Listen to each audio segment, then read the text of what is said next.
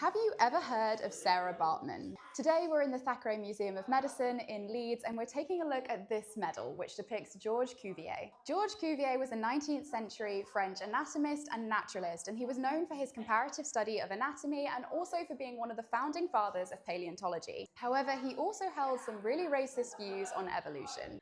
Sarah Bartman, which is her slave name and not her original name, was a Kwekwe woman from South Africa who was either persuaded or coerced to leave her home and travel to Europe in 1810. She was made to perform as a part of freak shows in England and France on account of her large behind. Although subject to some scientific observations, Bartman refused to take part in any close anatomical studies whilst she was alive. But tragically, after she passed away at only 26 years old in 1815, Georges Cuvier managed to obtain her remains and took a plaster cast of them before dissecting them for study.